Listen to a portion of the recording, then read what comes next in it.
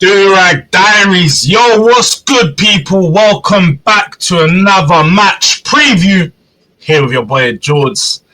You already know what it is. We've got the Rangers Europa League game tonight, and I'm warmly looking forward to it. I can tell you that. The road to, I think it's Dublin.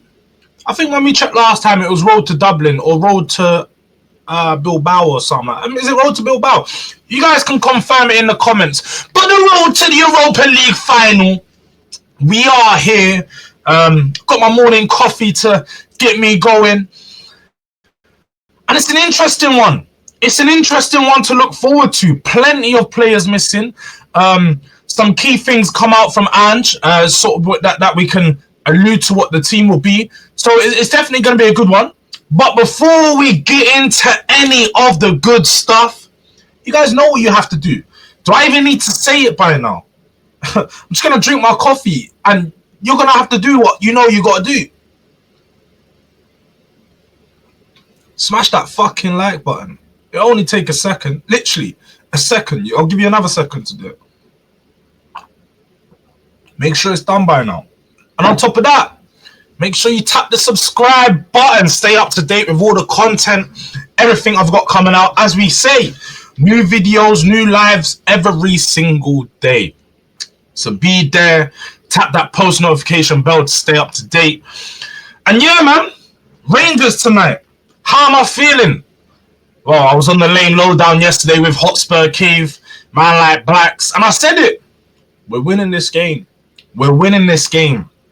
I'm feeling confident for it. And I know, yes, the confidence isn't built off the back of our previous performances. There's nothing to take from that Chelsea game to show me that this team's going to be ready for tonight. But,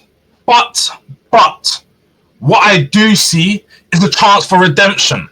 What I do see is a chance to get some belief back in this squad, back in the fan base.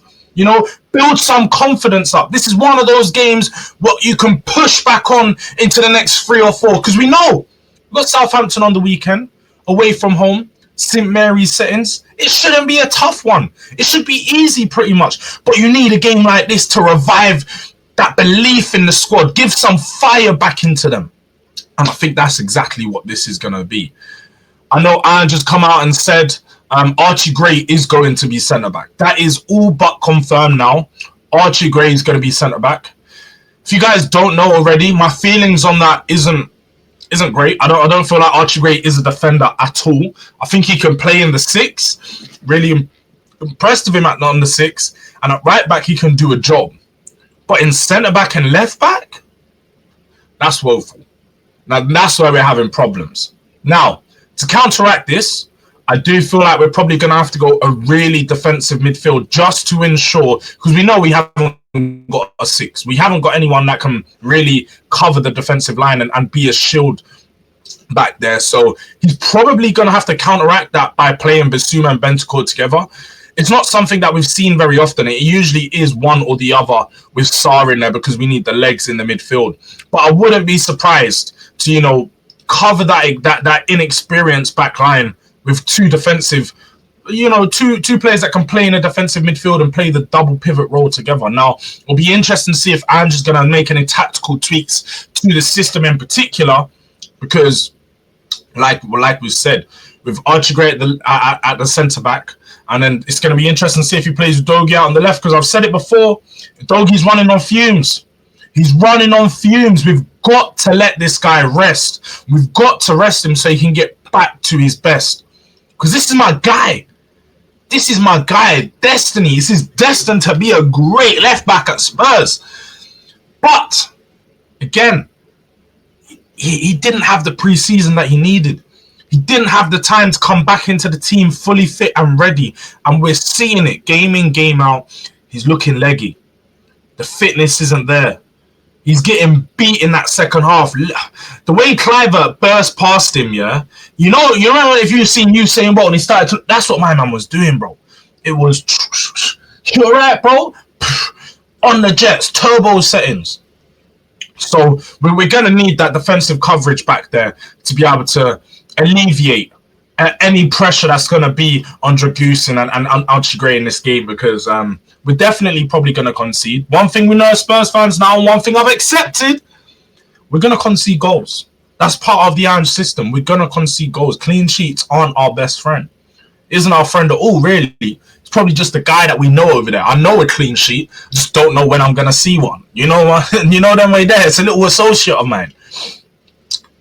But, I keep saying but, because always got to caveat the bad with the good. That's what I'm on. We're going to caveat the bad with the good.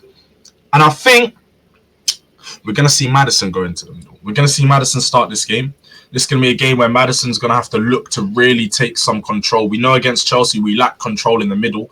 And Maddison next to Bentancur, we know them two can play really good together. They link up well. And I'm just going to be looking. That's what I was going to get onto.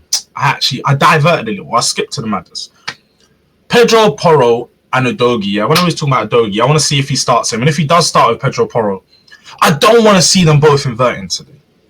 I don't want to see them both crowding out the middle of the pitch. I don't want to see them both bombing forward.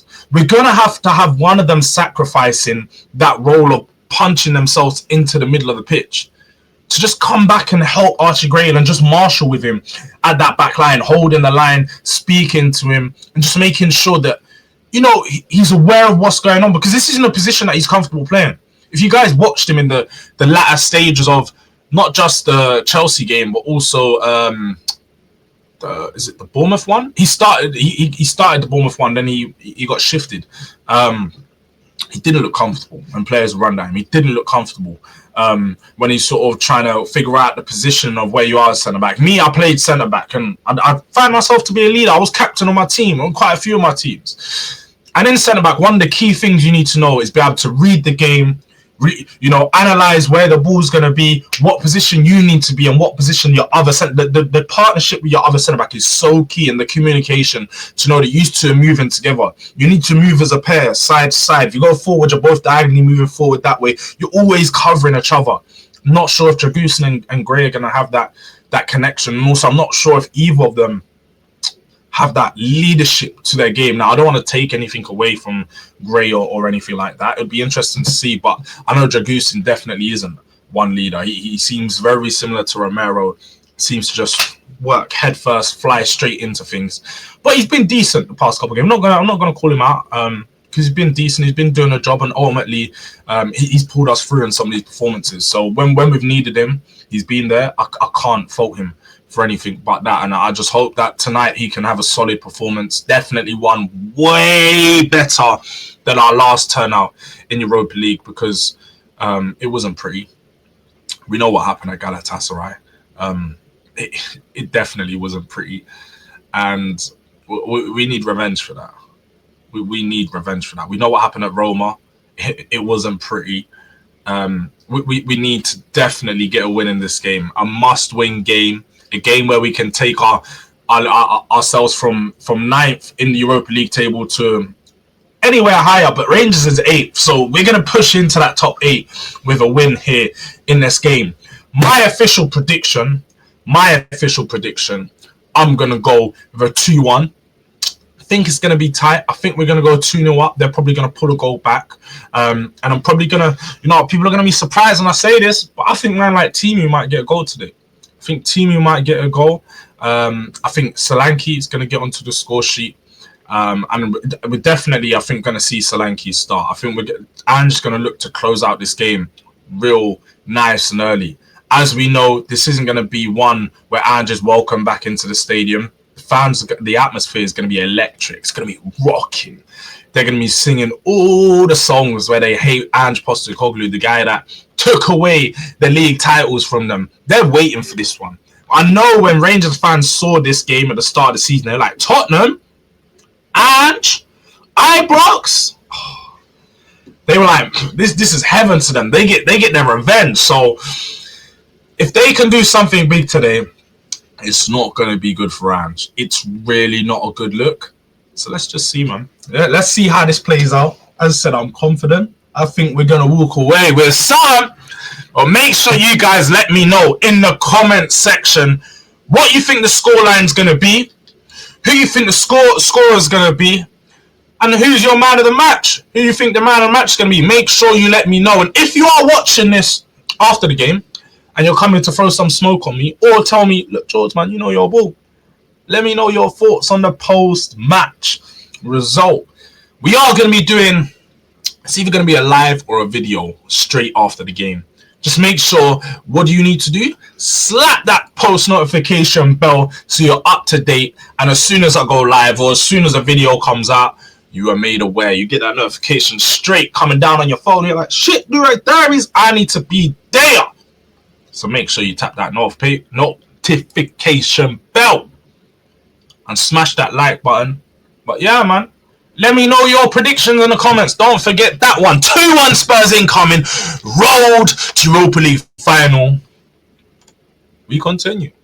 Durag Diaries, we're